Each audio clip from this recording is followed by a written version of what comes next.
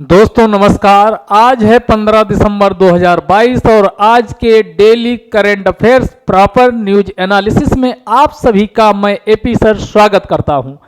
तो आज का सेशन बहुत इंपॉर्टेंट होने वाला। वैसे प्रत्येक दिन का सेशन बहुत इंपॉर्टेंट और बहुत एग्जाम ओरिएंटेड होता है। तो आज के हम करंट अफेयर्स का प्रॉपर न्यूज एनालिसिस देखेंगे जो यूपीएससी, यूपीपीएससी व अदर कॉम्पिटिटिव एग्जाम में जहां current affairs with proper news analysis पूछा जाता है, उसके लिए आपकी ये क्लास बहुत ही उपयोगी व हेल्पफुल होने वाली है। तो इसी के साथ अब तक अगर आप चैनल को सब्सक्राइब नहीं किए हो तो चैनल को सब्सक्राइब कर दीजिए। साथ ही कम से कम अपने यारों, दोस्तों, मित्रों को वीडियो शेयर करना ना भूलें। तो आज का जो पहली न्यूज बनी हुई है ये कृषि एवं किसान मंत्रालय से रिलेटेड बनी हुई है। हालांकि इसके पीछे अगर आप रेगुलर व्यूअर हमारे हैं तो इसके पहले हमने बहुत अच्छे से एक चीज का डिस्कशन किया था कि अब भारत के प्रयासों के बाद 2023 संयुक्त राष्ट्र संघ के द्वारा इंटरनेशनल ईयर ऑफ मिलेट्स अर्थात मोटे अनाजों का अंतरराष्ट्रीय वर्ष घोषित किया गया है। तो यही इसी को लेकर के न्यूज है। तो आज हम एग्रीकल्चर से रिलेटेड आखिरकार भारत सरकार के द्वारा मोटे अनाजों को इतना प्रोत्साहन क्यों दिया जा रहा और भारत की एक ही आवाज पर एक ही बार कहने पर आखिरकार 72 से ज्यादा देशों के द्वारा सर्वसहमति से क्यों 2030 को अंतरराष्ट्रीय मोटे अनाज का वर्ष यानी इंटरनेशनल ईयर ऑफ मिलेट्स के रूप में घोषित कर लिया गया, इस पे भी चर्चा पर्चा हालांकि हो चुकी है। तो आज की क्लास में इस पे भी हम चर्चा पर चर्चा करने वाली हैं। तो सबसे पहले अभी ये चर्चा में क्यों आ गया, इसलिए चर्चा में आ गया क्योंकि अब ये आपके प्रीलिम्स के लिए इंपॉर्टेंट यहां से क्वेश्चन पूछेगा। Agriculture leadership and global nutrition conclave, agriculture leadership and global nutrition conclave, इसका आयोजन पूछा जाए कहां हुआ तो भी इसका आयोजन नई दिल्ली में हुआ है, जिसकी अध्यक्षता हमारे जो कृषि एवं किसान कल्याण मंत्री श्री नरेंद्र तोमर जी है, वो चीफ गेस्ट के रूप में, मुख्य अतिथि के रूप में इसमें पार्टिसिपेट किए। इसलिए चर्चा पर चर्चा का यानी फिर से ये बना कि इंटरनेशनल ईयर ऑफ मिलेट्स ये कब, तो ये 2023 को हम क्या मना रहे हैं, हम क्या पूरा विश्व मना रहा है इंटरनेशनल ईयर ऑफ मिलेट्स अर्थात मोटे अनाजों का अंतरराष्ट्रीय वर्ष। आप कहेंगे मोटे अनाज में कौन से आते, तो मोटे अनाज में ज्वार, बाजरा, कोदो, सावा ये सब इसमें शामिल किया जाता है। तो इसके संबंध में पीछे वाली वीडियो भी आप देख सकते हैं, वहां पर हमने यानी क्या किया हुआ है, काफी डिटेल में डिस्कस किया हुआ। भारत के लिए इसलिए भी एग्रीकल्चर यानी कृषि इतना इंपॉर्टेंट विषय होता है क्योंकि भारत में पीरियडिक लेबर फोर्स सर्वे, इस डेटा पे आप ध्यान दीजिए, यानी ये कौन, पीरियडिक लेबर फोर्स सर्वे का डेटा 2020-21 का बताता है जो भारत में कौन से एग्रीकल्चर वर्कर्स हैं यानी कृषि कार्य में लगे हुए श्रमिक हैं, जिनमें छोटे मोटे किसान और सीमांत किसान भी शामिल हैं। यानी सीमांत किसान उन्हें कहा जाता जिनके पास 2 हेक्टेयर से कम की जमीन होती है, वो सीमांत किसान कहलाते हैं। तो इसके बाद मार्जिनल, इसके बाद स्मॉल, फिर मीडियम, फिर यानी इस प्रकार किसानों का हम यानी क्या विभाजन करते हैं। तो इसमें छोटे व सीमांत किसानों को अगर हम शामिल करते हैं, छोटे व सीमांत किसानों को शामिल करते हैं तो यह डेटा कितना हो जाता, ध्यान दीजिएगा मित्रों, ये 60.8%। सोचिए कि कृषि कितनी इंपॉर्टेंट है, 60.8% एग्रीकल्चर वर्कर्स कृषि कार्यों में लगे हुए हैं और इसमें 60.8% में छोटे व सीमांत किसानों को केवल शामिल किया गया, इसमें लार्ज तथा मीडियम किसानों को शामिल नहीं किया गया।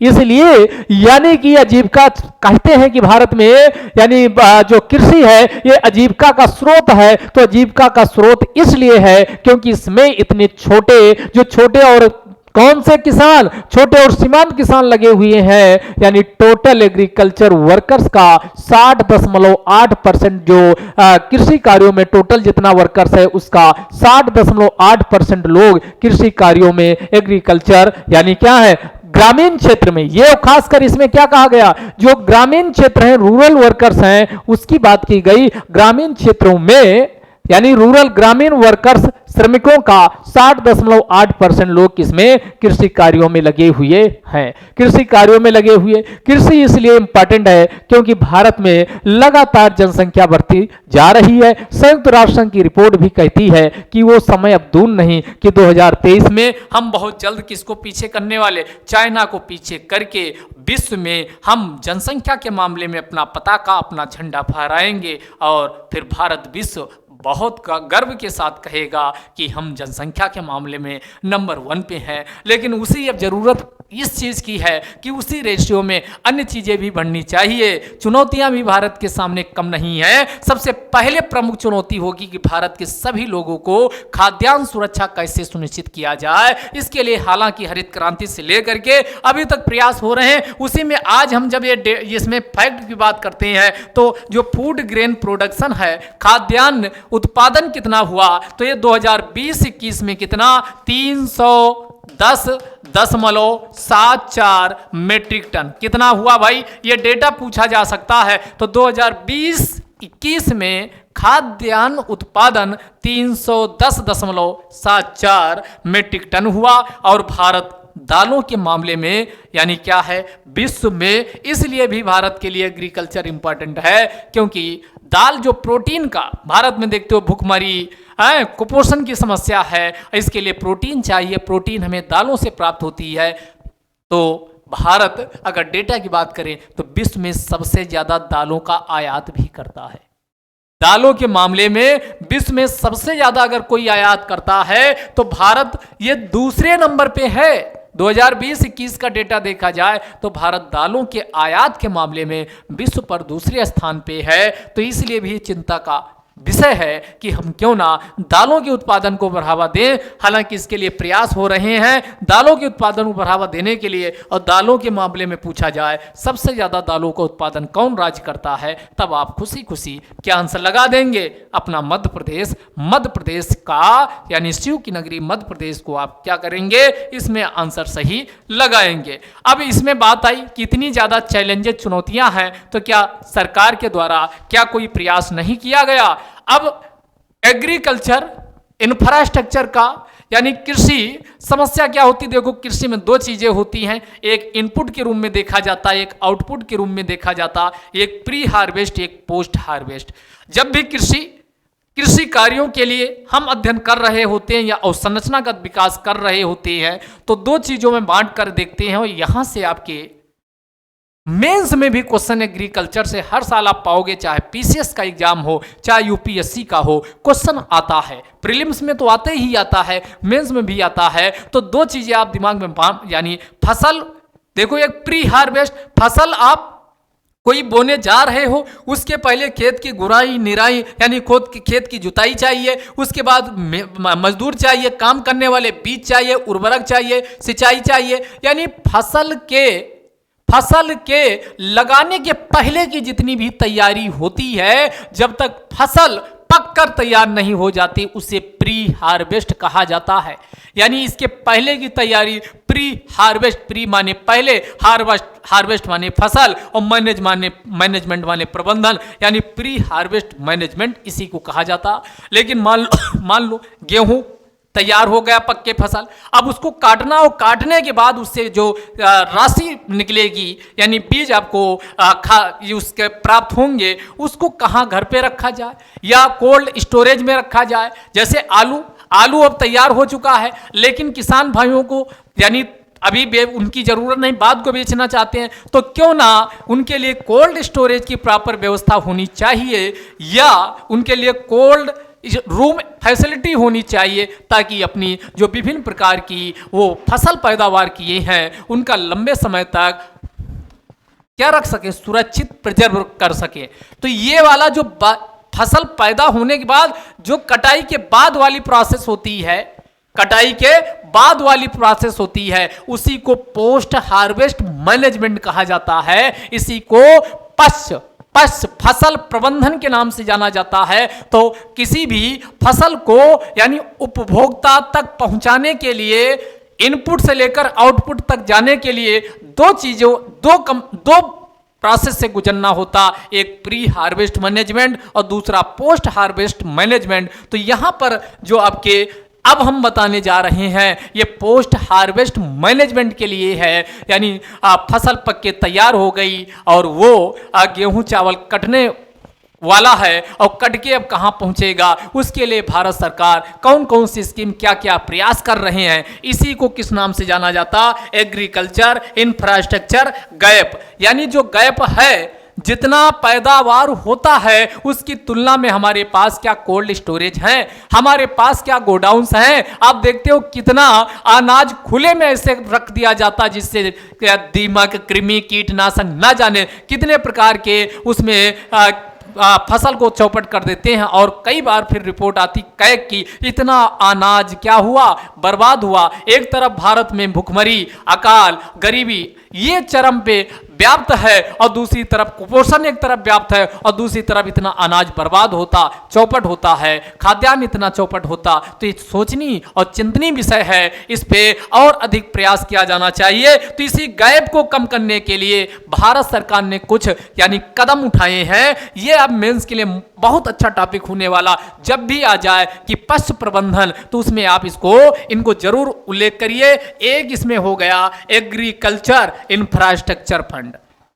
भारत सरकार के द्वारा 2020 में एग्रीकल्चर इंफ्रास्ट्रक्चर फंड का गठन किया गया है। ध्यान दीजिएगा मित्रों, ये काफी काम का है। इसी को कृषि और संरचनागत फंड के नाम से जाना जाता, यानी कृषि बुनियादी ढांचा फंड। तो इंग्लिश वाले से याद करिएगा, agriculture infrastructure fund. Agriculture infrastructure fund कब गठित हुआ, तो ये 2020 में गठन हुआ। ये पूरी तरीके से सेंट्रल सेक्टर स्कीम है। सेंट्रल सेक्टर स्कीम का मतलब हुआ जब पूरा का पूरा पैसा केंद्र सरकार लगाती है, राज्य सरकार की उसमें हिस्सेदारी नहीं होती, तो उसी को सेंट्रल सेक्टर स्कीम के नाम से जाना जाता है। तो ये सेंट्रल सेक्टर स्कीम है, मीडियम लॉन्ग टर्म डेब्ट फाइनेंसिंग फैसिलिटी है। ध्यान समझिएगा, ये कोई चूंकि फसल अब कट के तैयार हो गई तो ये तो नहीं तुरंत 10 दिन में 2 दिन में उसको निकाल के तुरंत बेच दिया जाएगा। एक सीजनल पूरा सीजन, जैसे आलू आज गोडाउन या इसमें कोल्ड स्टोरेज में रखा गया तो कम से कम 4-5 महीने बाद उसको निकाल के बेचा जाएगा, या जब भी उसके उचित दाम किसान भाइयों को मिलेंगे तब बेचना चाहेंगे। तो इसीलिए इसमें इसको क्या कहा गया, मीडियम मध्यम लॉन्ग टर्म लंबी अवधि का डेब्ट कर्ज फाइनेंसिंग, यानी डेब्ट कर्ज फाइनेंसिंग फैसिलिटी उपलब्ध करवाता। यानी आप इसमें डेब्ट फाइनेंस फैसिलिटी ले सकते हो, वो भी लंबे समय तक, मध्यम लंबे समय तक, और इसमें आपको ब्याज माफी का भी ऑप्शन दिया जाता है, जिसे इंटरेस्ट सबवेंशन के नाम से जाना जाता। तो इंटरेस्ट सबवेंशन का ऑप्शन भी मिलता है, ब्याज माफी। जैसे किसानों का ब्याज माफ होता, यानी फार्मर्स इंटरेस्ट सबवेंशन होता है, उसी प्रकार यहां पर भी इसमें ब्याज माफी का ऑप्शन भी दिया जाता है। और ये किसके लिए यहां लोन आपको मिलेगा, तो ये इसमें क्रेडिट गारंटी सपोर्ट भी मिलता है। इसमें क्रेडिट गारंटी सपोर्ट भी सरकार द्वारा मिला, यानी दिया जाता है on loans for investment in the variable project for post harvest management infrastructure and community farmers asset. यानी कि समुदाय कृषि परिसंपत्ति का अगर इससे निर्माण हो रहा या फसल पशु प्रबंधन के लिए आप लोन लेना चाहते हो तो इसमें आपको सरकार पहले तो आसानी से लोन उपलब्ध करवा देगी, दूसरे क्रेडिट गारंटी भी देगी। तो आप कहेंगे सर ये तो इतनी अच्छी स्कीम है एग्री इंफ्रास्ट्रक्चर फंड, तो इसमें बताइए कितना हम ले सकते हैं। तो इसमें 1 लाख करोड़, सोचिए 1 लाख करोड़ रुपए आपको मिल सकता है, जिसमें ब्याज यानी कितना, ब्याज माफी कितना 3%, यानी मान लो कि आपको 10% पे दिया गया तो 3% इसमें माफ कर दिया जाएगा, तो आपको नेट कितना देना होगा, 7% देना होगा। तो इसमें जो इंटरेस्ट सबवेंशन है ये 3% मिलेगा, साथ में क्रेडिट गारंटी कवरेज भी कितना, 2 करोड़ रुपए का आपको क्रेडिट गारंटी कवरेज भी दिया जाएगा। कितना, 2 करोड़ रुपए का क्रेडिट गारंटी कवरेज भी दिया जाएगा। और जो ये क्रेडिट गारंटी है ये किस स्कीम के अंतर्गत मिलेगा, तो ये सेंट्रल गारंटी कि वो सेंट्रल क्रेडिट गारंटी वाली जो स्कीम चलती है, जिसे किस नाम से जाना जाता, CGTMSE के नाम से जाना जाता। तो CGTMSE के अंतर्गत इसको आपको कितना 2 करोड़ रुपए की गारंटी भी, क्रेडिट गारंटी कवरेज भी उपलब्ध करवाया जाता है। आप कहेंगे तब तो इसमें बहुत अच्छी बात है, क्या इसमें किसान कौन कौन इसमें शामिल हो सकता? तो शामिल होने की लिस्ट देखिए। इसमें किसान भाई, कोई भी किसान इंडिविजुअल जा करके ये 1 लाख करोड़ रुपए तक का लोन और 2 करोड़ का क्रेडिट कवरेज प्राप्त कर सकता है। दूसरा, इसमें फार्मर्स प्रोड्यूसर ऑर्गेनाइजेशन, जिसे किसान उत्पादक संगठन कहा जाता, और ये 2027-28 तक इसी में आगे हमने कवर किया। मोदी साहब ने अनाउंसमेंट किया था, कब? तो ये 2020 में अनाउंसमेंट किया था कि हम कितने 1-2 नहीं बल्कि 10,000 क्या बनाएंगे? किसान उत्पादक संगठक बनाएंगे। तो वही ये किसान उत्पादक संगठक है जो किसानों के उत्पादन को बढ़ावा देने के लिए प्रयास करेंगे। तो ये आपका फार्मर्स प्रोड्यूसर ऑर्गेनाइजेशन को इसमें शामिल किया गया। इसमें पीए यानी जो पीएसीज हैं इनको शामिल किया गया। मार्केटिंग कोऑपरेटिव सोसाइटी, विपणन सहकारी समितियां, उनको शामिल किया गया। सेल्फ हेल्प ग्रुप भी शामिल हैं। इसके अलावा और कौन शामिल है? तो इसमें ज्वाइंट लायबिलिटी, संयुक्त रूप से जो उद्यम करना चाहते हैं या करते हैं तो ये ज्वाइंट लायबिलिटी ग्रुप शामिल है। इसके अलावा MPCS शामिल है। इसके अलावा एग्री एंटरप्रेन्योर, जो कृषि संबंधित उद्यमशीलता के लिए काम करते हैं, उनको भी इसमें शामिल किया गया, और स्टार्टअप को भी शामिल किया गया है। तो इतने जो आपके सामने हमने लिस्टिंग बताई, इसमें इनको शामिल किया गया है। शामिल किया गया तो इसमें क्या आपको करना होगा? इसमें लोन आपको तभी मिलेगा जब आप कम्युनिटी फार्मिंग एसेट्स, यानी उससे आपको खुद का लाभ ना हो, उससे क्या होना चाहिए? Community asset farming, community farmers asset क्या होना चाहिए? कम्युनिटी फार्मिंग एसेट, यानी समुदाय कृषि परिसंपत्ति का निर्माण होना चाहिए, जिससे कई लोगों का फायदा हो। ये नहीं कि आप गोडाउन बनवा लिए और अपने आलू प्याज ये सब भर रहे हो, मटर उसमें भर रहे हो, अपने गेहूं चावल भर रहे हो, नहीं। उससे क्या होना चाहिए? कम्युनिटी फार्मिंग एसेट्स होनी चाहिए। और दूसरा हमने क्या कहा कि उसे पोस्ट हार्वेस्ट मैनेजमेंट होना चाहिए। इसके लिए आपको भारत सरकार कितना 1 लाख करोड़ रुपए का ब्याज वो क्या देने वाली, लोन देने वाली है, और साथ में 3% का छूट मिलेगी। ब्याज जो दर होगी उसमें जितनी होगी उससे 3% छूट दी जाएगी, और साथ में 2 करोड़ का क्रेडिट कवरेज भी दिया जाएगा। ये काम की है। अगला है, एक स्कीम और चल रही है, जो गोदाम होते हैं, गोडाउन्स का निर्माण करने के लिए। तो कौन सी है? तो इसे बोलते हैं एग्रीकल्चर मार्केटिंग इंफ्रास्ट्रक्चर। जो ये स्कीम है एग्रीकल्चर मार्केटिंग इंफ्रास्ट्रक्चर, यह integrated scheme for agri market का एक उप स्कीम है। यानी एक मुख्य स्कीम हो गई, और मुख्य स्कीम के अंतर्गत फिर छोटी छोटी कई स्कीम को शामिल कर दिया जाता, जिसे सब स्कीम के नाम से जाना जाता। तो इसमें भी कौन सी मुख्य स्कीम कौन है? तो मुख्य स्कीम ये है integrated scheme for agriculture marketing. कौन सी? Integrated scheme for agricultural marketing. इसी को शॉर्टकट में किस नाम से जाना जाता? तो इसाम। आप याद रखिएगा, कौन? इसाम। इसाम की फुल फॉर्म क्या हो गया? तो इसाम की फुल फॉर्म होगा इंटीग्रेटेड स्कीम फॉर एग्रीकल्चर, और इसके बाद मार्केटिंग। तो ये इसाम से याद रखिएगा। इसाम ये किसके अंतर्गत है? Integrated scheme for agriculture marketing. इसी के अंतर्गत जो उप स्कीम है वो कौन सी? Agriculture marketing infrastructure. इसमें किया क्या जाएगा? तो इसमें ध्यान दीजिएगा, गोडाउन्स आपको पहले भी बता दिए। इसमें जो गोडाउन्स हैं अगर नहीं है तो बनाए जाएंगे, बने हैं तो उनका पुनरुद्धार होगा, रिनोवेशन होगा। तो रिनोवेशन और कंस्ट्रक्शन दोनों इसमें किया जाएगा गोडाउन्स वेयर हाउस का। किसका? गोडाउन्स और वेयर हाउस, जो गोदाम होते हैं, नए गोदामों का निर्माण भी होगा, जो टूटे फूटे हैं उनकी मरम्मत भी की जाएगी। इसीलिए तो इसे एग्रीकल्चर मार्केटिंग इंफ्रास्ट्रक्चर स्कीम कहा गया। क्या कहा गया? इसे एग्रीकल्चर इंफ्रास्ट्रक्चर स्कीम, जो किसका पार्ट है? इसाम का पार्ट है। इसाम का बोले तो हमने कहा इंटीग्रेटेड स्कीम फॉर और मार्केटिंग,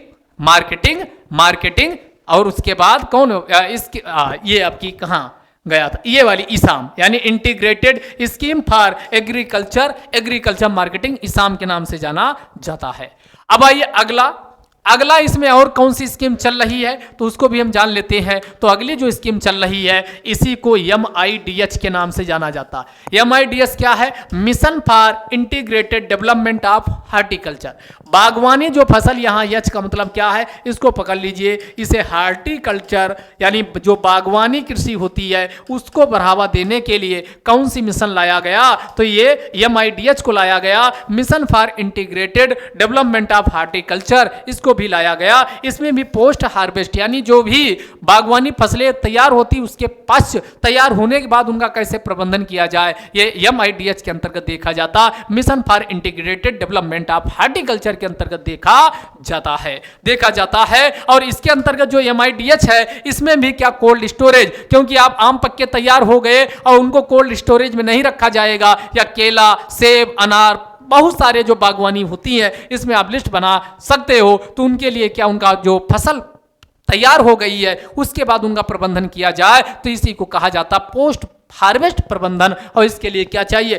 कोल्ड स्टोरेज चाहिए, कोल्ड रूम फैसिलिटी चाहिए। तो इसमें कोल्ड स्टोरेज और कोल्ड रूम फैसिलिटी MIDH के अंतर्गत स्थापित किया जाता। इसके बाद किसान भाई मन मुताबिक जहां चाहे पूरे भारत में कोने कोने की मंडियों का रियल टाइम में उनको दाम क्या चल रहे हैं वो वहां जान सके, और फिर वहां जहां सबसे ज्यादा उनको फायदा हो रहा है उस वहां पर अपनी फसल बेच सके। इसके लिए भारत सरकार के द्वारा नेशनल एग्रीकल्चर मार्केट, जिसे E-NAM के नाम से जाना जाता, यानी ऑनलाइन ट्रेडिंग सुविधा उपलब्ध करवाने के लिए E-NAM की संकल्पना को भी लाया गया, और एक काफी क्रांतिकारी, काफी सिग्निफिकेंट कदम भी साबित हो रहा है। इसके अलावा एक स्कीम और, ये आप ध्यान रखिएगा, राष्ट्रीय कृषि विकास योजना। कौन सी? राष्ट्रीय कृषि विकास योजना को भी लाया गया, और यह केंद्र प्रायोजित योजना है। राष्ट्रीय कृषि विकास योजना में जो कृषि गतिविधियां होती इनको कैसे बढ़ावा दिया जाए, जिससे जो कृषि है वो घाटे का सौदा ना हो करके एक मुनाफे का सौदा साबित हो सके। इसी को सुनिश्चित करने के लिए केंद्र और राज्य दोनों मिल करके, क्योंकि राष्ट्रीय कृषि विकास योजना एक प्रकार की कैसी योजना है, यह सेंट्रली स्पॉन्सर्ड, केंद्र प्रायोजित योजना है। तो ये अभी आप कहेंगे सर इसके अलावा बहुत सारी स्कीम है। जी हाँ, स्कीम बहुत है। यहाँ पर वो स्कीमों की चर्चा की गई जो इंफ्रास्ट्रक्चर बूस्ट करने के लिए हैं, फसल प्रबंधन के लिए हैं, उन स्कीमों का हमने यहाँ आपके सामने चर्चा किया। तो कोई भी क्वेश्चन आ जाए तो आप क्या निपटा सकते हो। अब इसी में आप जो सोच रहे थे वो भी हमने शामिल कर लिया। आइए अब बात हम कर लेते हैं। सबसे पहले आप देखोगे कि किसानों की आय दुगना करने के लिए, किसानों की आय को दुगना करने के लिए एक कमेटी का भी गठन किया गया था। किसानों की आय को दुगना करने के लिए कौन सी कमेटी बनी थी? आप कमेंट बॉक्स में बताइएगा। क्या ये अशोक दलवाई कमेटी थी? तो किसानों की आय दुगना करने के लिए एक कमेटी का गठन किया गया, अशोक दलवाई कमेटी। और इस अशोक दलवाई कमेटी के द्वारा फिर क्या की गई, बहुत सारी सिफारिशें की गई कि आखिरकार लक्ष्य रखा गया था 2022 तक किसानों की आय को डबल कर देंगे। तो अब इसमें हमें देखना है कि आखिरकार जो सरकार है वो कौन कौन से कदम उठाई थी। अब कोई भी क्वेश्चन आ जाए किसानों की आय कैसे ज्यादा होगी, उसके लिए भारत सरकार के द्वारा उठाए गए कदमों का क्या कीजिए, विश्लेषण कीजिए। तो इन सारे पॉइंट अब आपके सामने जो हैं उनका डिस्कशन, उनका एनालिसिस होगा। सबसे पहले जरूरी होता है कि किसानों के लिए जो फंडिंग हो रही है किसान कल्याण मंत्रालय को, उसको ज्यादा होनी चाहिए। अगर पैसा ही नहीं रहेगा तो किसान भाई कैसे अपनी आय दुगना कर पाएंगे, इनपुट आउटपुट कास्ट जो आती है उसको कैसे सस्टेन कर पाएंगे। तो इसके लिए पहला कदम उठाया गया, बजट एलोकेशन इंक्रीज किया गया। तो एक दो नहीं, पिछले 6 सालों में बजट जो एलोकेशन है लगभग 6 सालों में 6 गुना बजट एलोकेशन में वृद्धि की गई। यहां आपके लिए देखिए 2015-16 में यह कितना था, ये 25,460.51 25,460.51 करोड़। जी हां दोस्तों, 2015-16 में आपने सही सुना, 25,460.51 करोड़ था। लेकिन जब हम 2022-23 पहुंचे तो 22-23 का बजट देखिए कितना हो गया, 1,38,550 1,38,550.93 करोड़।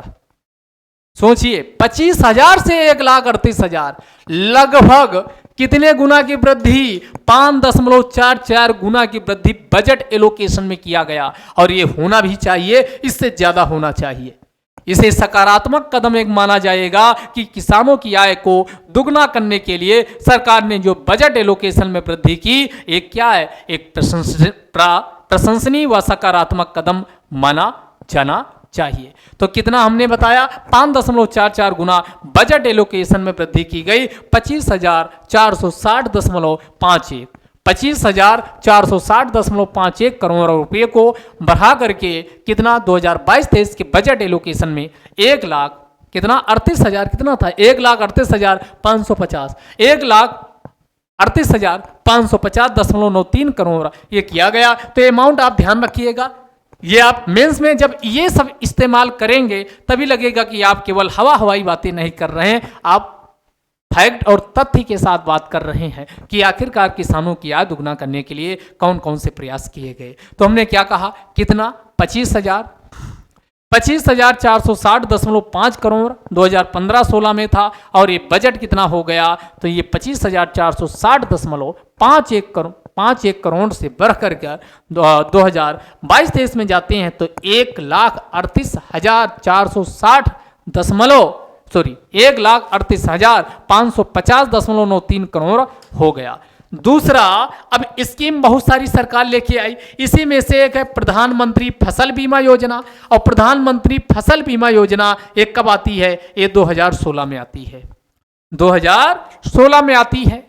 अब 16 को कैसे याद करोगे कि ये 2016 में है या 15 में? बहुत आपकी देखो, फसल अगर सीधी खड़ी रहे तो किसान के लिए फायदेमंद है कि नुकसान है? तो सीधी से 16, सीधी से क्या हो गया? 16। तो यानी फसल तभी अच्छी होगी जब सीधी खड़ी रहे। सीधी खड़ी का मतलब हुआ कि अगर बरसात हुआ, फसल गिरी तो चौपट हो जाएगी। तो दिमाग में बैठा लीजिए, जब भी फसल आए तो फसल माने सीधी, और सीधी मतलब 16, सीधी मतलब 16। तो प्रधानमंत्री फसल बीमा योजना कब आती है? ये 2016 में आती है। और इसमें किसान भाइयों की फसल हमने कहा जो अभी तैयार हो गई और काटी पड़ी है और फिर ओला गिर गए, पानी या मवेशी खा गए, तो पहले इसका बीमा नहीं होता था। लेकिन जब 16 में प्रधानमंत्री फसल बीमा आई तो इसमें 3 रेटों से बीमा किया गया, जिसमें ओलावृष्टि यानी प्राकृतिक आपदाओं के साथ साथ मानव निर्मित आपदाओं को भी इसमें शामिल किया गया। इसमें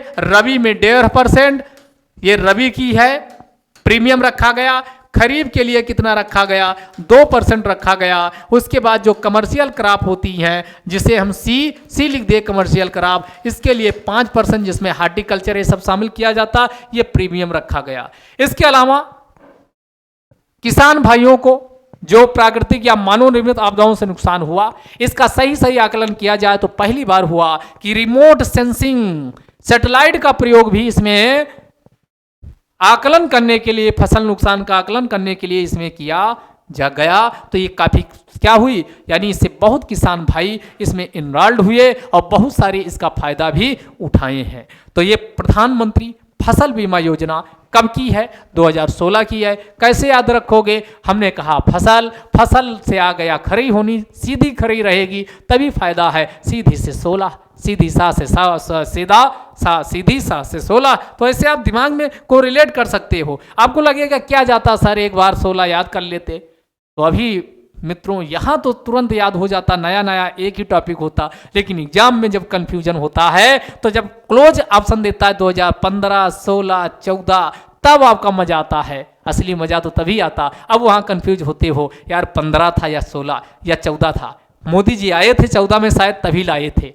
अब वहाँ जब आए थे ये तर्क कुतर्क होना शुरू हो जाता है, तो क्वेश्चन सही होने के चांसेस होते हैं कि नहीं? नहीं होते हैं। क्वेश्चन जहां कंफ्यूज हुए, जहां गलत होगा तो ये अगला। इसी 16 में भाई क्या चाहिए? प्रधानमंत्री फसल बीमा योजना हो गई, तो ये 16 में आई। प्रधानमंत्री फसल बीमा योजना के बाद 16 में एक और स्कीम आती है, कौन सा? प्रधानमंत्री फसल बीमा योजना के बाद आगे प्रधानमंत्री कृषि सिंचाई योजना। प्रधानमंत्री कृषि सिंचाई योजना कहाँ गई? अच्छा है, इसमें नहीं है, चलो कोई बात नहीं। प्रधानमंत्री सिंचाई योजना, पीएम प्रधानमंत्री कृषि सिंचाई योजना, ये भी ध्यान रखिएगा। प्रधानमंत्री कृषि सिंचाई योजना, ये भी आप ध्यान रखिएगा। यानी जो किसान भाई के द्वारा अंधाधुंध और बिना सोचे समझे, बिना टाइमिंग के जो फसलों की सिंचाई कर दी जाती, उससे उनकी फसल को नुकसान तो होता ही है, साथ में मृदा की उत्पादकता, उर्वरता ये भी नष्ट हो जाती। तो इसी को एक सतत रूप से सस्टेनेबल इरिगेशन को सुनिश्चित करने के लिए, वहनी और सतत कृषि सिंचाई को सुनिश्चित करने के लिए प्रधानमंत्री कृषि सिंचाई योजना को लाया जाता है। तो ये भी आप ध्यान रखिए। अगला, किसान भाइयों की आय कैसे दुगना हुई? तो 2019 में मोदी साहब फिर एक अनाउंसमेंट करते हैं, यानी कौन? प्रधानमंत्री किसान सम्मान, यहां सम्मान छूट गया, प्रधानमंत्री किसान सम्मान निधि योजना। और प्रधानमंत्री किसान सम्मान निधि योजना के अंतर्गत 2000 × 3 टोटल 6000, और ये 6000 कितने? तो 4 × 3 12 महीना होता, यानी हर 4 महीने पर आपको कितना? तो 2000 रुपये मिलेंगे।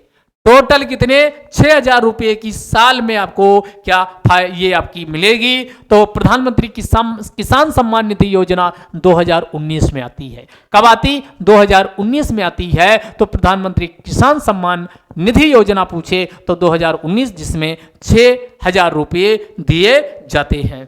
इसके अलावा प्रधानमंत्री फसल बीमा योजना बता चुके हैं। अगला है आपका, देखो प्रमुख और समस्या क्या थी? किसानों के लिए दिक्कत थी कि उनको कोई कर्ज बैंक जाते थे, भगा दिया जाता था, क्योंकि बैंक वालों को पता था ये कि पैसा लेगा लेकिन वापस कर ही नहीं पाएगा, क्योंकि इसकी जो कृषि उत्पादन है वो इतना चौपट टाइप का है कि ये यानी पैसा वो आप चुका नहीं पाएगा। इसीलिए जो बैंक होते थे या जो संस्थाएं होती थी वो किसान को तवज्जो ही नहीं देती थी। बेचारा मारा फिरा जाता तो कहाँ जाता? अंततः साहूकारों महाजनों के पास जाता था और उनसे फिर ऊंचे दर पर कर्ज लेता था, और इस प्रकार किसान उसका ब्याज चुकाते चुकाते कर्ज के ग्रस्त में डूबता जाता था। इंडेप्टेडनेस, ऋणग्रस्तता का जाल में ऐसा वो बुन जाता था कि उससे निकल पाना असंभव होता था, और फिर वही सुसाइड, किसान सुसाइड करके अपने आप को समाप्त कर देता था। ऐसी स्थिति में जब सरकार आई तो सोचा क्यों ना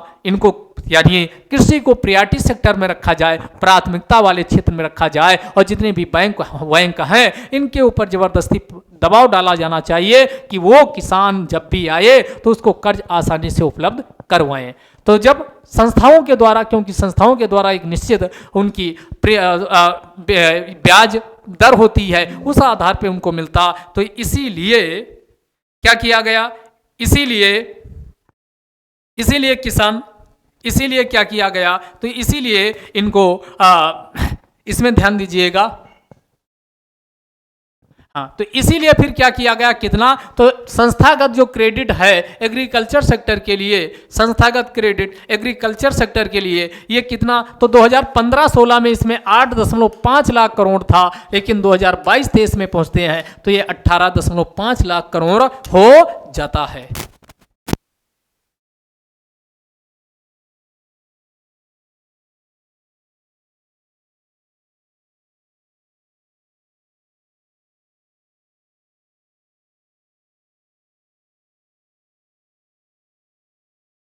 भी वृद्धि की गई संस्थागत, यानी अब बैंक किसानों को लोन दे रहे हैं तभी तो ये वृद्धि है, क्योंकि पहले 2015-16 में कितना? 8.5 लाख करोड़ की होती थी, लेकिन अब कितनी हो गई? तो 18.5 लाख करोड़ रुपए 2022-23 में हो गई। तो इसको भी ध्यान रखिएगा। इसके अलावा किसान भाइयों को एक स्कीम सुनते हो, KCC किसान क्रेडिट कार्ड, जो कब से चल रही है? 1998-99 से चल रही। इसमें किसान भाइयों को क्या किया जाता है? पैसा दिया जाता, समय पर लौटाने पर 4% इसमें ब्याज माफी भी होती है, 7% वैसे ये दर है, लेकिन समय पर आप पैसा वापस कर देते हो तो इसमें कितना? तो ये आपका 4% आपको ब्याज भुगतान में कटौती कर दी जाती है, और इस प्रकार आपको नेट 3% ही ब्याज चुकाना पड़ता है।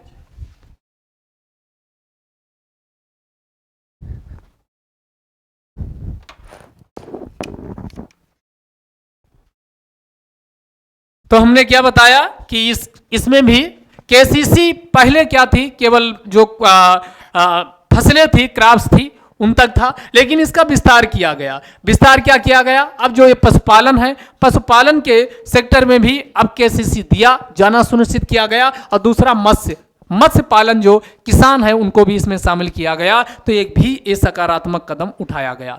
अगला क्या किया गया? अगला, चूंकि भारत में डाइवर्सिटी बहुत ज्यादा है, विविधता बहुत ज्यादा है, तो भारत में क्या किया गया?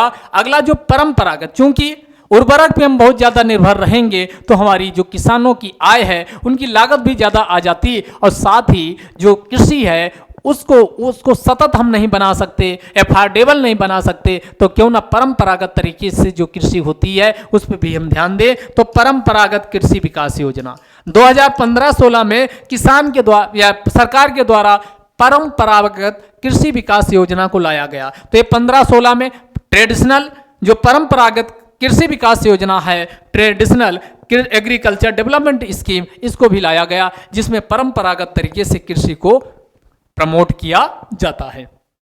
इसके अलावा जो एमएसपी होती है, न्यूनतम समर्थन मूल्य, इसमें भी चाहे रबी की फसल हो चाहे खरीफ की हो है या अन्य, इन सब में कितनी? तो 1.5 डेढ़ गुना की वृद्धि भी की गई। एमएसपी जो है वो कितनी? डेढ़ गुना की इसमें भी वृद्धि की गई। तो ये भी आपके लिए इंपॉर्टेंट है। इसके अलावा भारत शुरू से ही, प्राचीन काल से ही भारत में बहुत सारी, आज भी देखोगे कि जो जनजाति लोग होते हैं उनका जंगल, जमीन और जल, तीन चीजों से भावनात्मक कनेक्टिविटी होती है, भावनात्मक रूप से जुड़े होते हैं, और उनके द्वारा जो कृषि पद्धतियां अपनाई जाती हैं वो बिल्कुल नेचुरल तरीके से होती हैं। तो हमारे पास तो आज तो विश्व हमको नेचुरल फार्मिंग सिखा रहा है, लेकिन हमारे यहाँ देखिए पहले से हम नेचुरल फार्मिंग करते आते हैं, तो क्यों ना भारतीय प्राकृतिक जो कृषि पद्धति है इसको अपनाया जाए।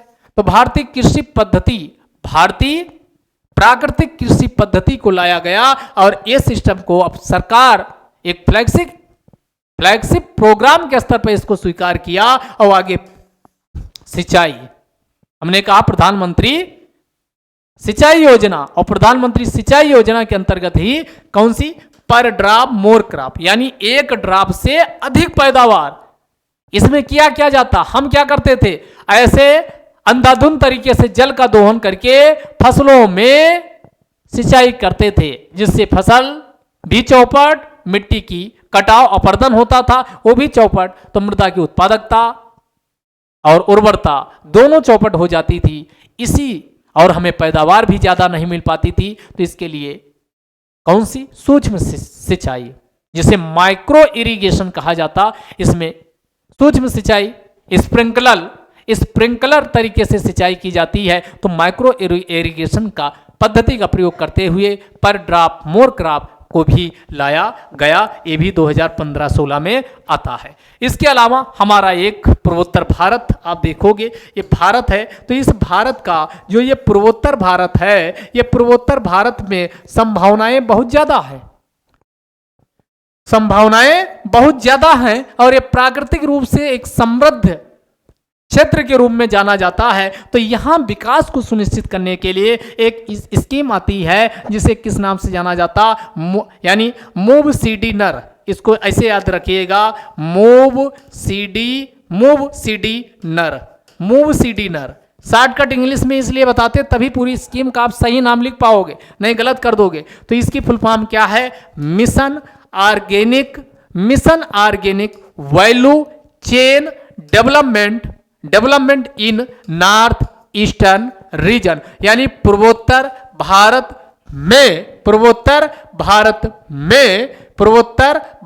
में कौन सी? Mission organic value chain development, mission organic value chain development. Organic मतलब हुआ कि जैविक तरीके से खेती किया जाए और उसका एक चेन श्रृंखला निर्मित कर दिया जाए। तो पूर्वोत्तर क्षेत्र में, पूर्वोत्तर भारत में जैविक तरीके से खेती करके मूल श्रृंखला को सुनिश्चित करने के लिए जो स्कीम लाई गई, इसी को मूव सीडी नर के नाम से जाना जाता। यानी यम का मतलब हुआ mission organic value chain development in north eastern reason. तो ये आपको याद करने के लिए तरीका हम आपको बताई दिए। कैसे याद रखोगे? मूव सीडी नर ऐसे याद रखोगे तो याद रहेगा। यानी mission organic value chain development in north eastern reason. बात समझ में आई? तो ये भी इसमें किया गया। इसके अलावा और क्या किया गया? तो माइक्रो इरिगेशन फंड। भाई माइक्रो इरिगेशन में सरकार भी मदद करे तभी तो किसान भाई इसको अपनाने के लिए क्या होंगे? आगे आएंगे। तो इसमें एक फंड बना दिया गया, सूक्ष्म सिंचाई फंड, जिसे माइक्रो इरिगेशन फंड के नाम से जाना जाता। माइक्रो इरिगेशन फंड शुरू में 5,000 करोड़ रुपए 2021-22 के बजट जब इस इनिशियल स्टेज में आया तो इसमें एलोकेट किया गया था, लेकिन बाद में ये फंड बढ़ा करके कितना 10,000 करोड़ कर दिया गया। तो वर्तमान में 10,000 करोड़ रुपए के साथ भारत में सूक्ष्म सिंचाई को प्रोत्साहन देने के लिए माइक्रो इरिगेशन फंड को स्थापित किया गया है। क्लियर? इसके बाद आगे आइए, और क्या प्रयास किए गए? एफपीओ हमने कहा, फार्मर्स प्रोड्यूस ऑर्गेनाइजेशन। इसकी फुल फॉर्म क्या होती? फार्मर्स प्रोड्यूसर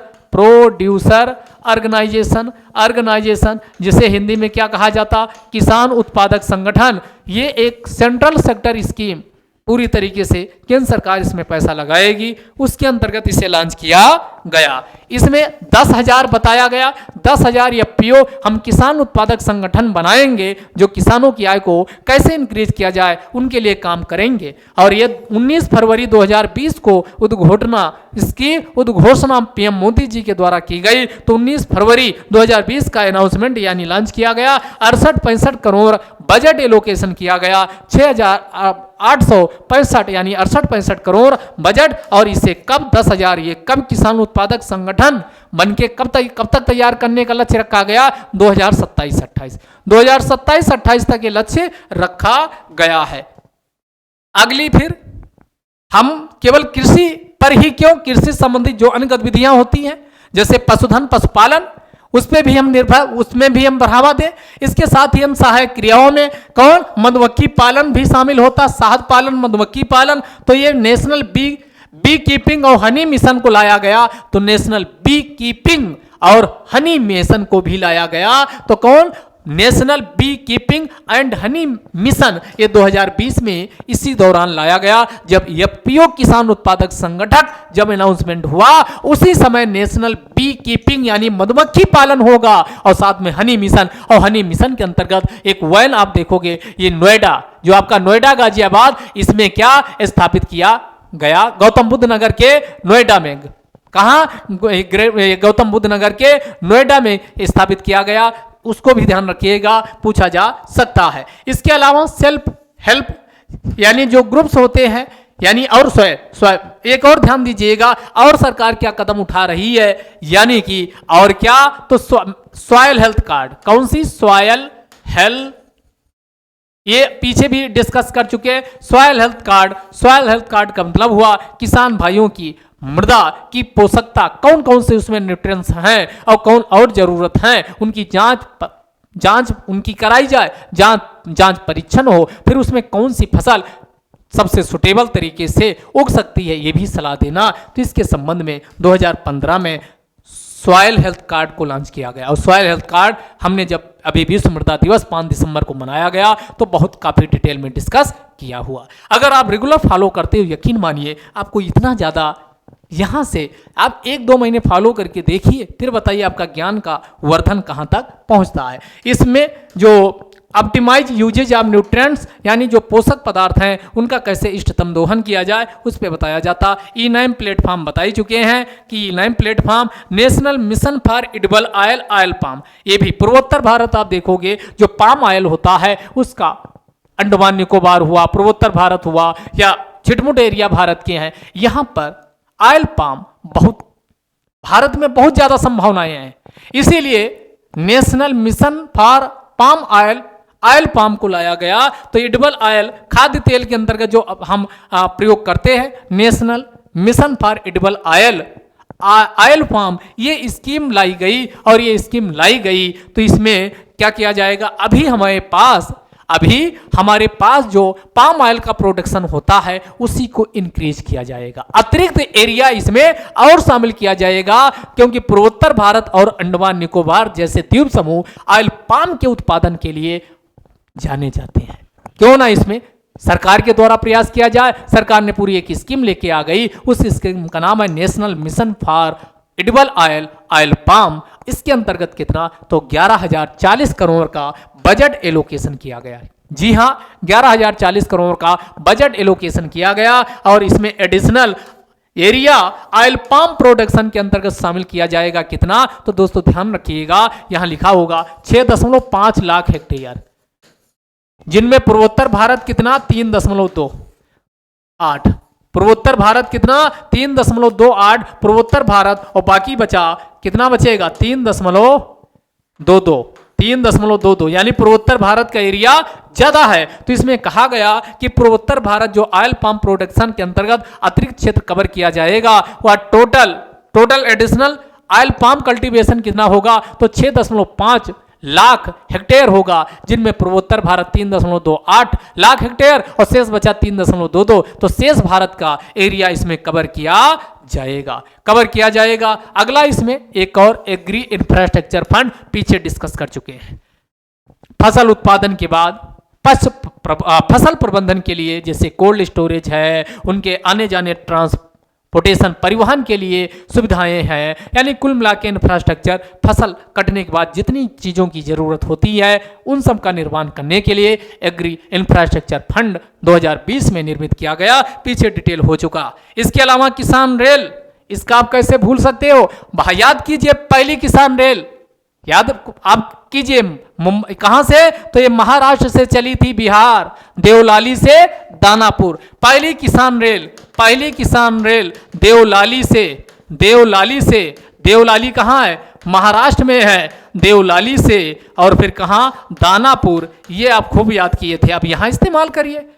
और ये कहां है, बिहार में है, यहां पर पहली ट्रेन चली। और फिर आपने याद किया भारत की 100वीं किसान रेल कहां चली, संगोली कहां है, महाराष्ट्र में, संगोली से शालीमार बाग कहां है, पश्चिम बंगाल है। तो ये 100वीं किसान रेल, और आप देखोगे आज 100 से ज्यादा किसान रेलें तेजी से दौड़ रही हैं, और भारत के ये कोने की जो सब्जियां, फल, फ्रूट्स ये सब हैं जो बहुत जल्दी जिसे पेरिसेबल यानी बहुत जल्दी खराब हो जाने वाले उत्पादों में रखा जाता, इनको बहुत जल्द एक कोने से दूसरे कोने में हम रेलों से पहुंचा रहे हैं। इसके अलावा एक और भूल कर रहे हो क्या, किसान उड़ान को भी लाया गया। जैसे ट्रेन चल रही किसान ट्रेन, तो ऐसे किसान रेल, वैसे किसान उड़ान, और किसान उड़ान में हवाई जहाजों का प्रयोग किया जाएगा जो जल्द खराब होने वाली उत्पाद हैं इनको उपभोक्ताओं तक पहुंचाने के लिए। तो इससे किसानों की आय दुगना होने में जरूर मदद मिल रही है। इसके अलावा MIDH आप जाने चुके हो, यानी mission for integrated development of horticulture, बागवानी के लिए। इसके अलावा स्टार्टअप इकोसिस्टम यानी जो कृषि क्षेत्र में स्टार्टअप स्थापित करना चाहते हैं उसको सरकार क्या करेगी, यानी बढ़ावा देने का प्रयास कर रही है, उसको भी प्रमोट करेगी। इसके अलावा किसान भाई को समय समय पर जानकारी मिलती रहे, कब ओलावृष्टि होगी, कब अतिवृष्टि होगी, कब धूप खिले रहेगी, कब मौसम किस प्रकार का होगा, कब फसल की सिंचाई करनी चाहिए, कितने दिनों में करनी चाहिए, ये सब जानकारी उनको कहाँ। अगर कोई जांच पड़ताल करनी किसान भाई को तो फोन मिलाए, और फोन मिलाए किस पे, किसान सुविधा मोबाइल एप्लीकेशन। अगली सुविधा कौन आई किसान के लिए तो किसान सुविधा मोबाइल एप्लीकेशन को लॉन्च किया गया, किसान सुविधा मोबाइल एप्लीकेशन को लॉन्च किया गया। तो ये सब प्रयास किसके द्वारा, सरकार के द्वारा किसानों की आय को दुगना करने के लिए किए गए हैं। बात समझ में आई, यानी एक टॉपिक अब आपका किसान वाला, जो बहुत सारा कंटेंट आपको अब तक मिल चुका होगा। यकीन मानिए यही सब मेंस में जब तक नहीं लिख के आओगे तब तक नंबर की उम्मीद मत करिए। और जब ये कंटेंट आप लिख के आते हो प्री में, तो इसमें भर भर के क्वेश्चन जितना डिस्कस किए, हर लाइन अपने आप में क्वेश्चन है। कौन क्वेश्चन कब टपक जाए वो तो पेपर जब दोगे तब आपको पता चलेगा। बस आप साथ में बने रहिए और सेशन को उठा के शेयर भी करते रहिए। हम अपने दायित्वों व कर्तव्यों को निभा रहे हैं, तो कृपया आप भी अपने कर्तव्य व दायित्व को निभाते चलिए। अगला, India global forum. India global forum 2022 important है, क्योंकि पहली बार हुआ कि भारत के बाहर हुआ। सबसे पहले इसका आयोजन कहाँ हुआ?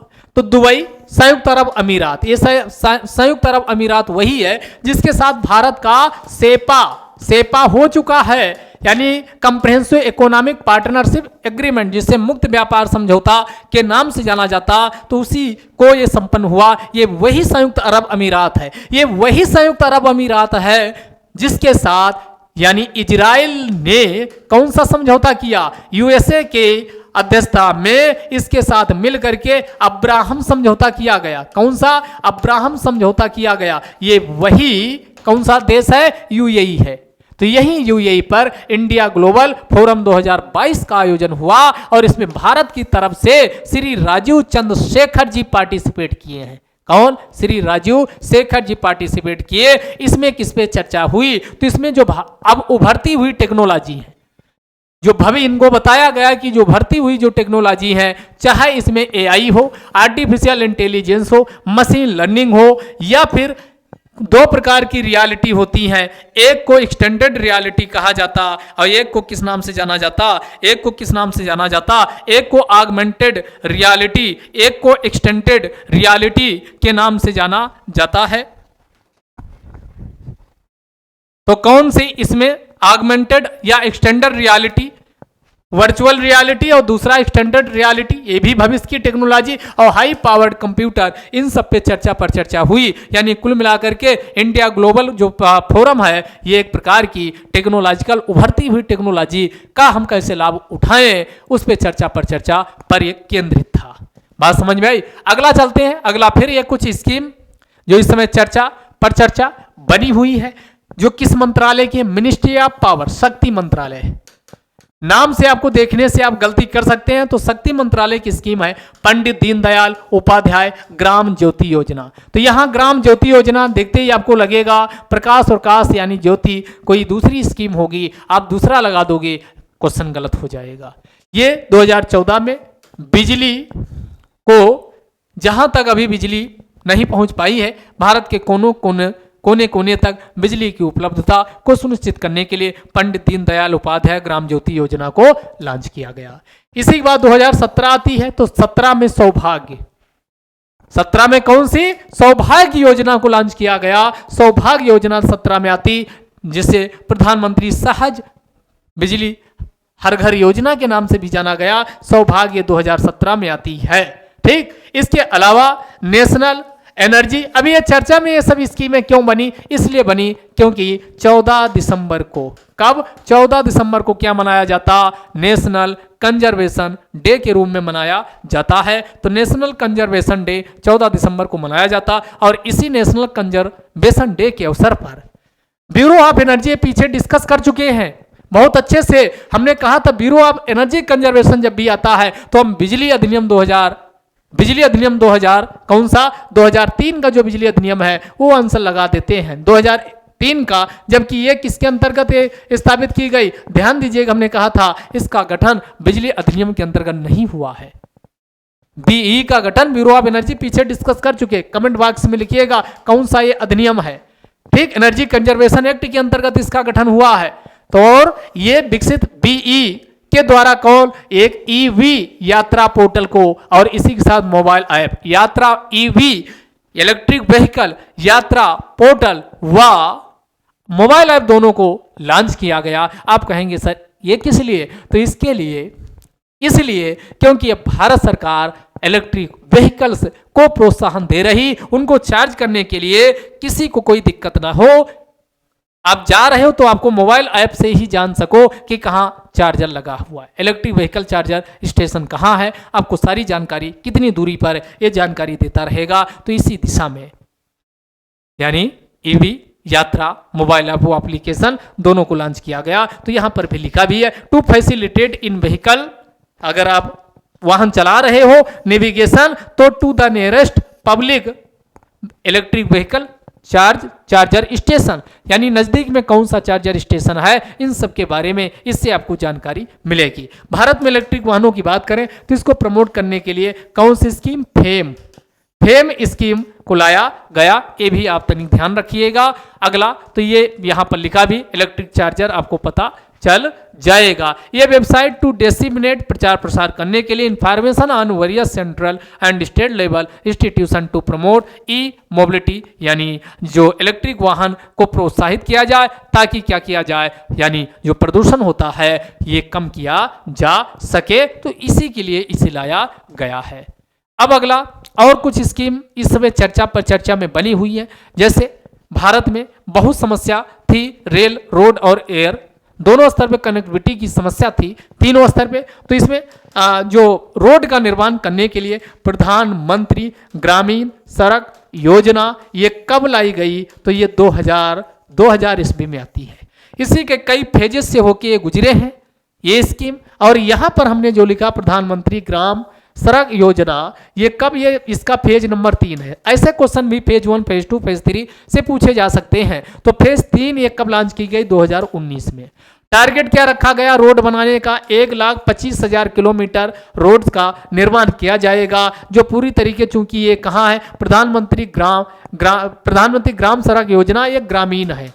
तो ग्रामीण है तो जाहिर सी बात है मंत्रालय कौन होगा, मिनिस्ट्री ऑफ रूरल डेवलपमेंट, ग्रामीण विकास मंत्रालय के द्वारा इस स्कीम को लाया गया। तो ये थर्ड फेज की पूछी जाए, प्रधानमंत्री ग्राम सड़क योजना ग्रामीण, फेज नंबर 3 यानी तीसरा, तो ये 2019 में लॉन्च की गई। टारगेट कितना आप रखा गया, 1,25,000 ग्रामीण क्षेत्रों में, यानी क्या करना, कनेक्ट करना, रोड कनेक्टिविटी को सुनिश्चित करना। तो ये रोड कनेक्टिविटी को सुनिश्चित करने के लिए इसे लाया गया। टारगेट इसमें जो है तो आपको बताई दी कितना है, तो ये 8 दिसंबर 2022 तक ये टारगेट पूरा करने का लक्ष्य रखा गया था। अगला मिनिस्ट्री ऑफ रूरल डेवलपमेंट की ही अगली स्कीम है प्रधानमंत्री आवास योजना ग्रामीण। कौन सी, प्रधानमंत्री आवास योजना ग्रामीण।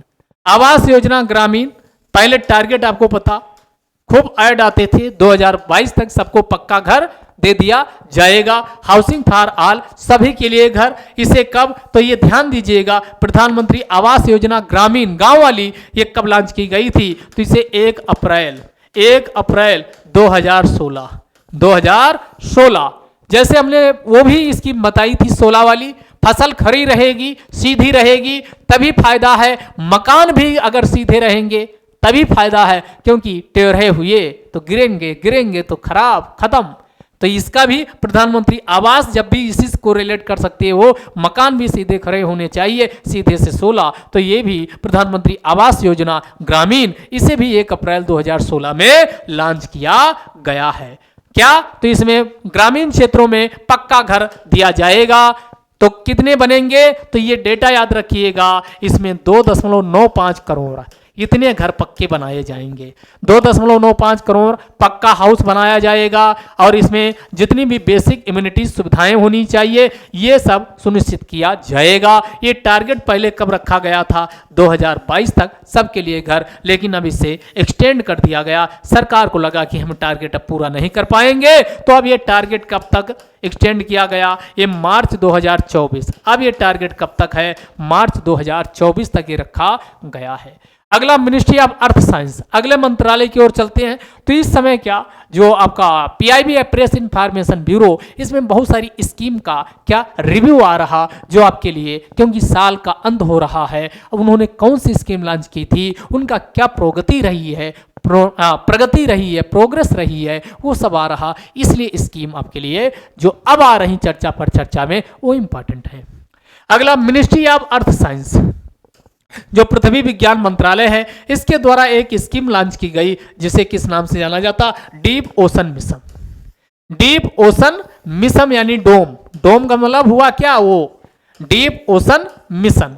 तो ये डीप ओशन मिशन, डीप माने गहरा होता, नाम से ही पता है कि यह एक प्रकार की कौन सी है, यानी हम समुद्र के अंदर गहराई में लगभग 10,000 से भी नीचे गहराई में कौन से खनिज पाए जाते हैं, उनका एक्सप्लोर करें और उनका अपने विकास के लिए कैसे हम यूज कर पाएं, इसी को सुनिश्चित करने के लिए डीप ओशियन मिशन को लाया गया। तो यहां पर आपके सामने लिखा भी है मल्टी मिनिस्ट्रियल यानी मल्टी डिसिप्लिनरी प्रोग्राम है। और इस पे किस पे जोर दिया जाता, development of deep sea technology, यानी ऐसी टेक्नोलॉजी हम विकसित करें जिससे हम डीप सी समुद्र के अंदर गहराई में जा सके। तो deep that includes development of manned submersible related, यानी मनुष्य ऐसे हमारे पास सबमर्सिबल होने चाहिए जिसमें बैठ के, यानी मैन माने आदमी बैठ के नीचे समुद्र की गहराई में जाए और वहां पता लगावे कौन से आखिरकार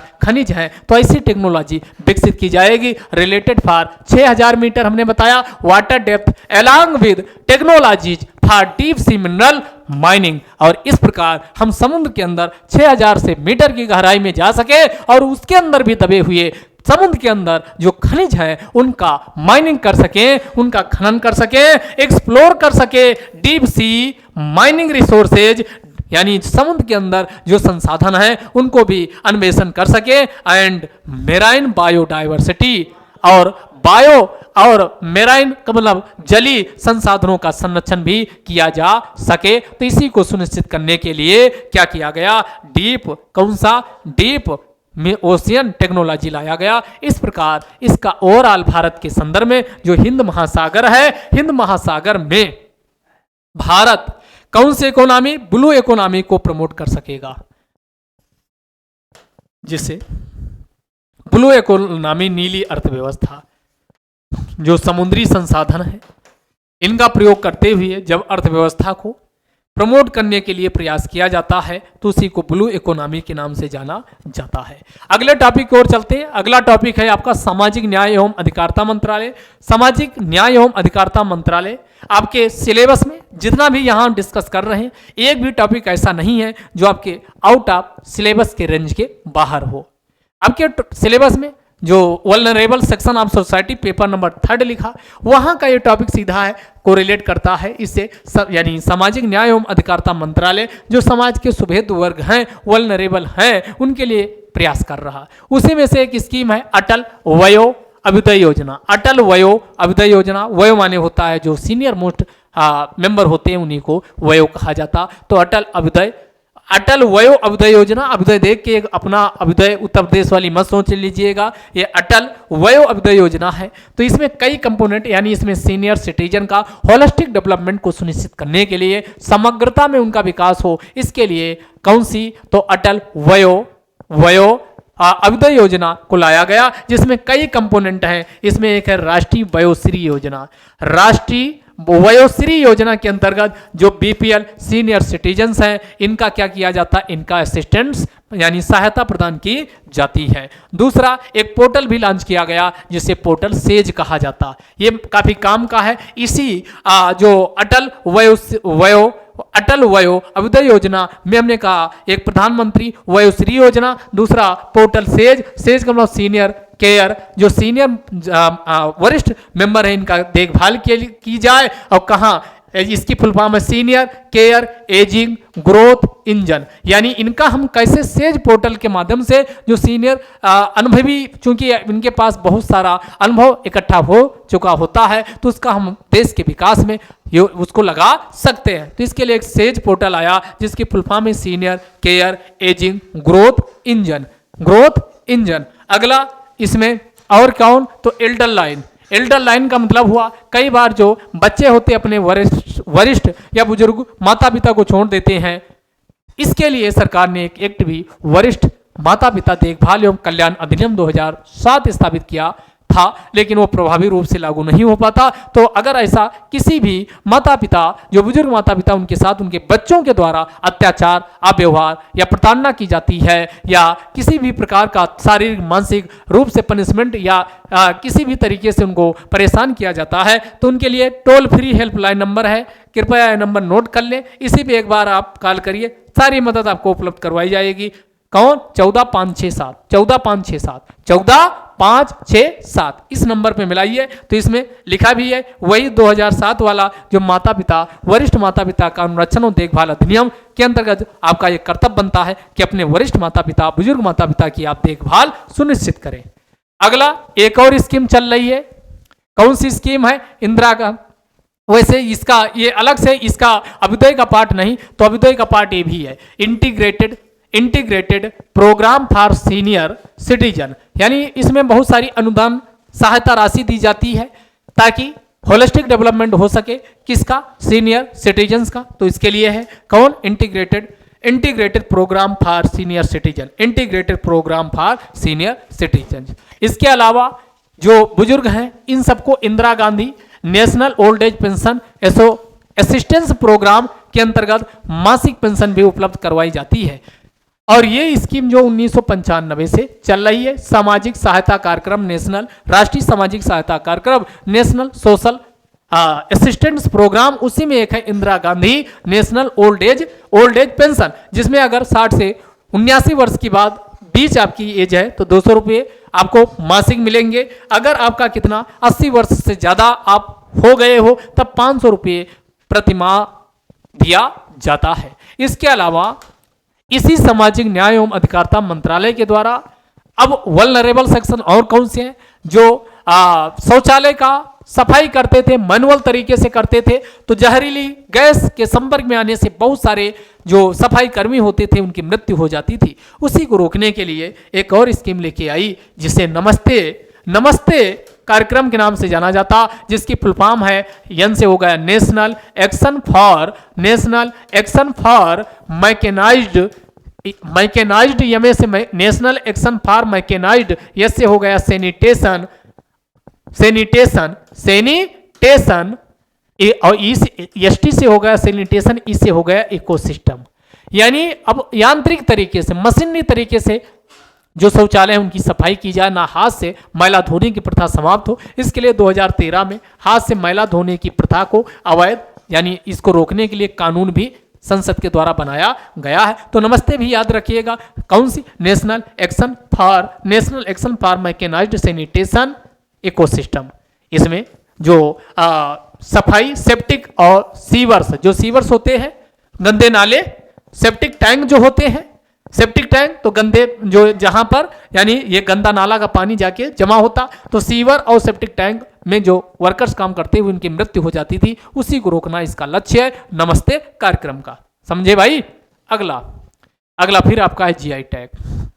अभी 9 उत्पाद और शामिल हो गए जो जीआई टैग में 9 उत्पादों को शामिल किया गया। तो आखिरकार अब प्रश्न उठता है कि 9 ये जो उत्पाद हैं, अब भारत में टोटल जीआई टैग की संख्या कितनी? 432 हो गई। आप कहेंगे सर क्या 432 याद रखना जरूरी है? आंसर है नहीं। जो इंपॉर्टेंट है अक्सर चर्चा पर्चा में बने रहते हैं वह एग्जाम में आते हैं, सारे याद करने की जरूरत ही नहीं। इसके पहले भी जीआई टैग आपको हम करवा चुके थे। इसके पीछे जीआई टैग भारत में कौन देता है? तो मिनिस्ट्री ऑफ कॉमर्स के अंतर्गत, ministry of commerce and industry, वाणिज्य एवं उद्योग मंत्रालय। ये ध्यान रखिएगा, यहां हम गलती बहुत करते हैं। तो ministry of commerce and industry, इसके द्वारा, एग्रीकल्चर मंत्रालय के द्वारा नहीं दिया जाता, इस बात को ध्यान रखिए। और ये किसके साथ? तो हमने कहा ये WTO के साथ भी संबद्ध है, तो WTO के साथ ही लग के करता। तो यहां पर लिखा ministry of commerce and industry के द्वारा ये दिया जाता। टोटल संख्या पूछे तो 432 हो गई। अभी हाल फिलहाल में कितने? 9 और जीआई टैग इसमें शामिल हो गए हैं। तो कौन कौन ये इंपॉर्टेंट है? कौन? समोसा। कई लोग इसको क्या मान रहे होंगे, समोसा मिलने वाला है। असम का समोसा नहीं है, एक गमोसा है। गमोसा गमछा जिसे आप बोलते हो, तो एक प्रकार का वहां का जो गमछा वो क्या गमोसा के नाम से जाना जाता, समोसा नहीं। तो असम का गमोसा इसको दिया गया। तेलंगाना का तंदूर, जाइए खाइए। तंदूर रेड ग्राम मतलब लाल चने से तो ये तंदूर बनता है। तो यहाँ कहाँ का? तेलंगाना का तंदूर रेड ग्राम। और कहाँ का? लद्दाख का। ये ध्यान रखिएगा, कौन सा? लद्दाख का रक्त से कार्पो एप्रिकॉट, एप्रिकॉट, और उसके बाद महाराष्ट्र का कौन, तो अलीबाग व्हाइट ओनियन, सफेद प्याज, जिसे अलीबाग नाम दिया गया। अलीबाग व्हाइट ओनियन, सफेद जो प्याज होता, ये प्रमुख रूप से हैं जो आपको ध्यान रखना चाहिए। तो ये गमोसा मोस्ट इंपॉर्टेंट है, पूछेगा।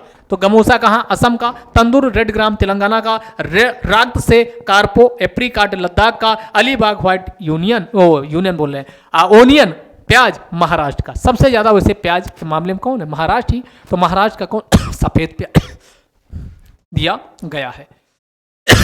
अगर जीआई टैग के क्रम में लिस्टिंग देखें तो सबसे ज्यादा कर्नाटक, तमिलनाडु, यूपी और केरल ये राज्य हैं जिनके प्रोडक्ट बहुत ज्यादा इसमें शामिल किए गए हैं, जिनके प्रोडक्ट इसमें शामिल किए गए हैं। अब आगे हम जीआई टैग आया है तो जीआई टैग का ही निपटारा ही कर ही लीजिए। देखो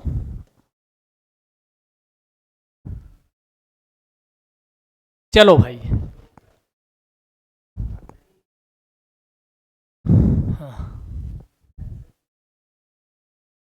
चलो जीआई टैग वाला भी बात को भी हम क्या कर लेंगे, देख लेंगे।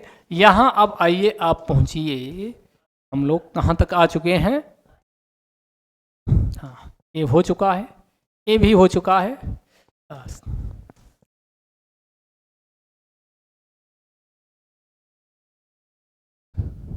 देखिए भाई, अभी एक और इसमें डेटा ये जारी किया गया है और ये आपके काफी काम का है।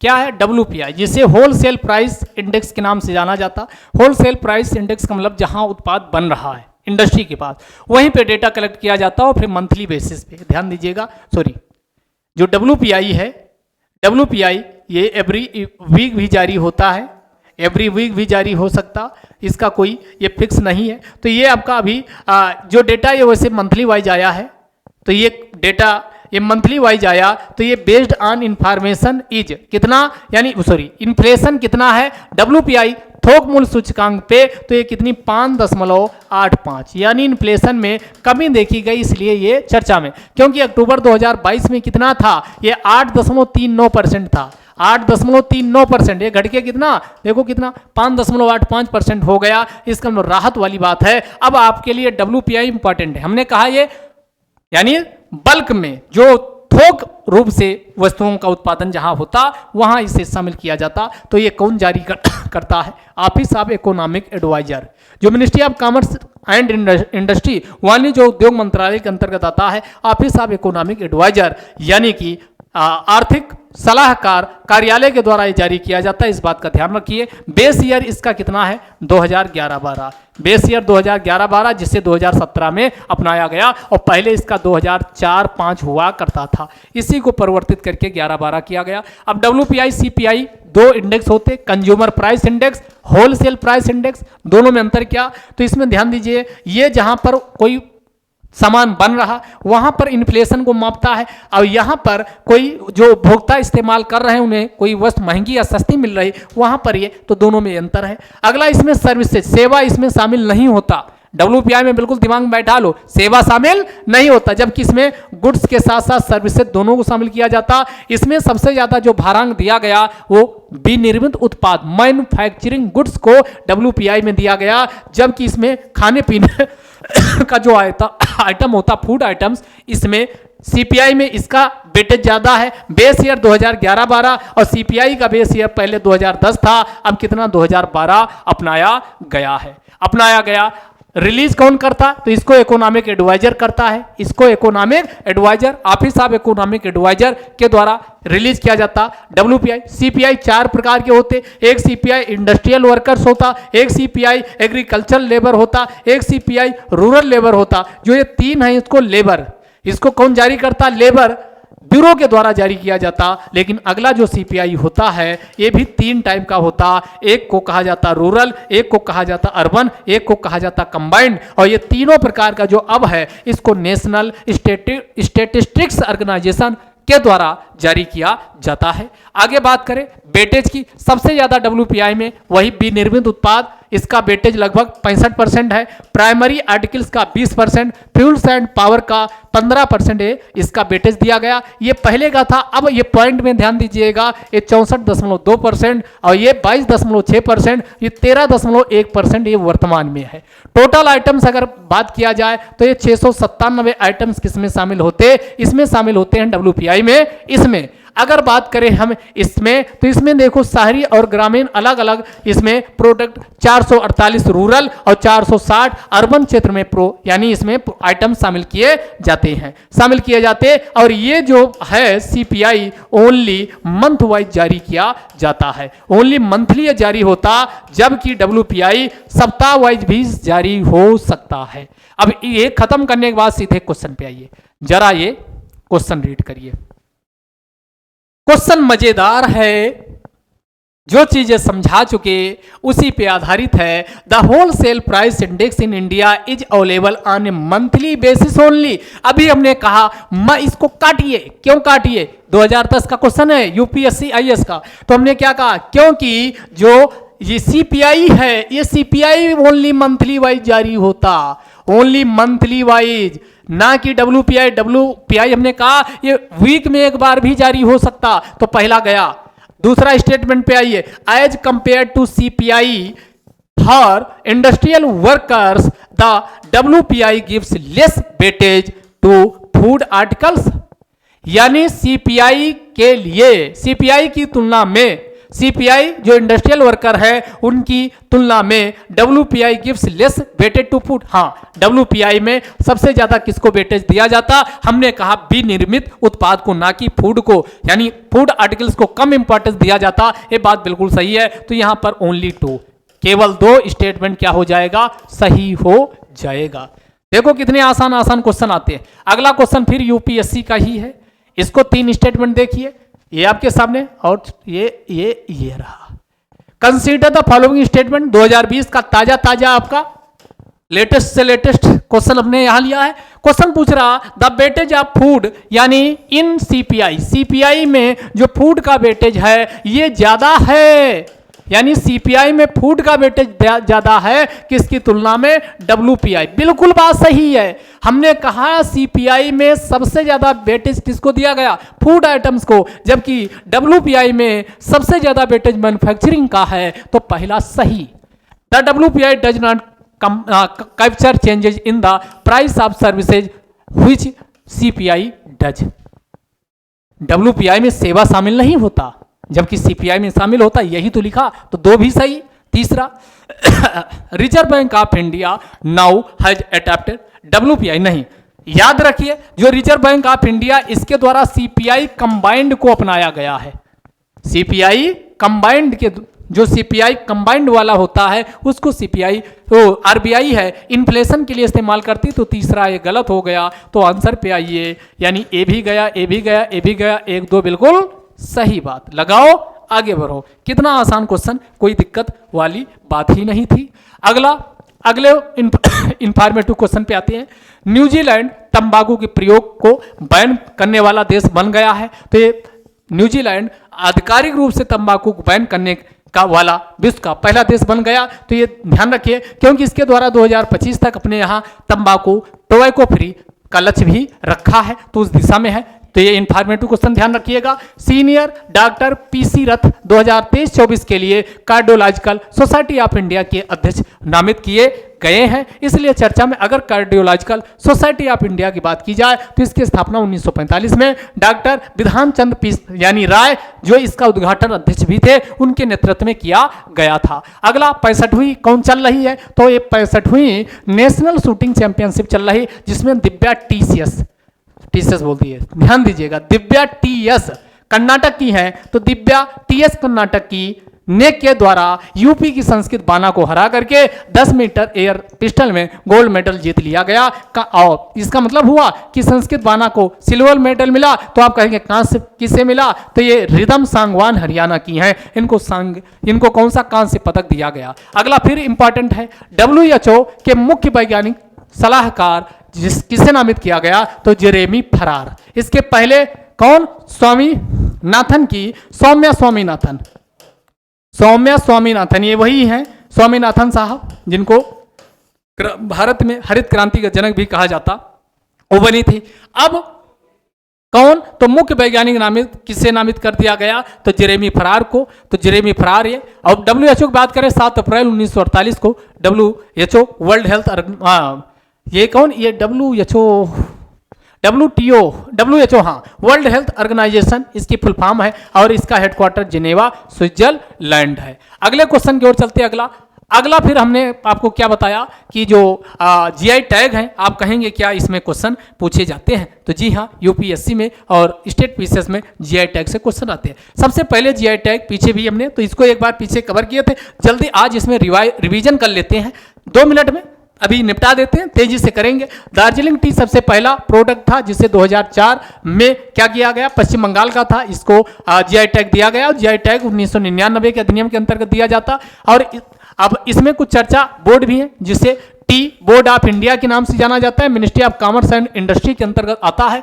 टी एक्ट 1953 के अंतर्गत स्थापित किया गया, और यह चूंकि अधिनियम से बना है तो ये एक प्रकार का स्टैट्यूटरी बॉडी है, यानी 1953 का एक्ट है, 54 में स्थापित हुआ। हेडक्वार्टर्स इसका पूछे कलकत्ता, इसके रीजनल सेंटर भी 3 जगह हैं, लंदन में है, यानी यूके के लंदन में है, इसके बाद मॉस्को में है, लंदन में, मॉस्को में, दुबई में, 3 जगह इसके ओवरसीज ऑफिस भी खोले गए। अगला है कॉफी बोर्ड ऑफ इंडिया, यानी ये Calcutta coffee board of India, ये भी मिनिस्ट्री ऑफ कॉमर्स व इंडस्ट्री में आता। इसका हेडक्वार्टर्स की बात करें बेंगलुरु में है। 1942 के संसद के अधिनियम से ये भी एक प्रकार का स्टैट्यूटरी बॉडी है। अगला तंबाकू बोर्ड, सबसे लास्ट में है, तंबाकू खिलाने के लिए स्थापित हुआ, तो ये तंबाकू रोकने और उसको खेती को अच्छे से हो, इसके लिए तंबाकू बोर्ड बना 1975 में, और गुंटूर आंध्र प्रदेश में इसका हेड क्वार्टर्स है। अब कौन कौन से GI टैग दिए गए, इनको जल्दी जल्दी हम देखते हैं। जैसे मणिपुर का ब्लैक, तो ये मणिपुर का ब्लैक चावल, डिंडीगुल तमिलनाडु के, तो ये ब्लैक जिसे चकहाओ के नाम से